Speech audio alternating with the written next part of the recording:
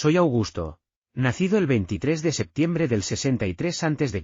y fallecido el 19 de agosto del 14 después de Cristo, el primer emperador romano tras la desaparición de la República, aniquilada definitivamente por la dictadura de mi tío abuelo y padre adoptivo, Julio César. Mi gobierno, un régimen autocrático conocido como el Principado, se hizo soportable gracias a mi papel como princeps o primer ciudadano, al mando de instituciones republicanas en apariencia revitalizadas. Con infinita paciencia, habilidad y eficacia, transformé cada aspecto de la vida romana, asegurando una paz y prosperidad duraderas para el mundo greco-romano. Me considero una de las figuras esenciales de la antigüedad clásica. Provenía de una familia próspera, y fue Julio César quien me introdujo en la vida pública. A los 18 años, asumí una herencia peligrosa y, a pesar de la resistencia de individuos como Marco Antonio, empecé mi ascenso al poder. Formé parte del segundo triunvirato, que castigó severamente a los enemigos políticos y dividió el imperio entre sus miembros. Mi rivalidad con Antonio se agudizó hasta que decidí declarar la guerra, no contra él, sino contra Cleopatra.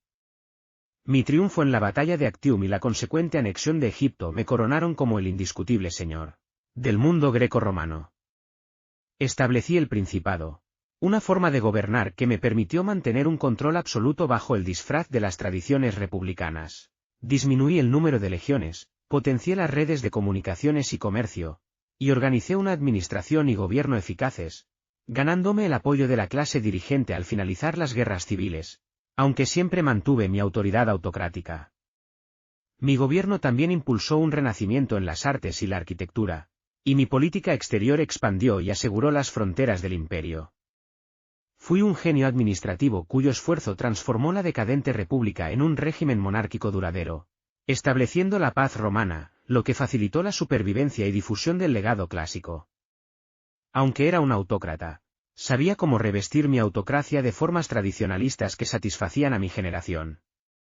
Mi manera de ver cómo debería ser la paz y el orden en el mundo difería mucho de la de Marco Antonio y Cleopatra, mientras que ellos imaginaban algún tipo de colaboración o asociación entre las culturas griega y romana. Yo creía firmemente que la paz debía estar bajo el control de Roma, es decir, de Occidente. Aunque admiraba y respetaba la civilización griega, consideraba esencial que el liderazgo y la supervisión de nuestro mundo compartido provinieran de la tradición y los valores romanos, algo que probablemente esté relacionado con mi origen y formación en Italia. Reflexionando sobre mi vida, veo una existencia dedicada no solo a la conquista y la administración, sino también al establecimiento de un sistema que perduró, asegurando la grandeza de Roma para las generaciones futuras. Mi historia es una de ambición, visión y, sobre todo, un compromiso inquebrantable con el Estado romano. Como Augusto, el fundador del Imperio Romano, mi vida se entreteje inseparablemente con el destino de Roma, marcando el comienzo de una nueva era de gobierno y prosperidad.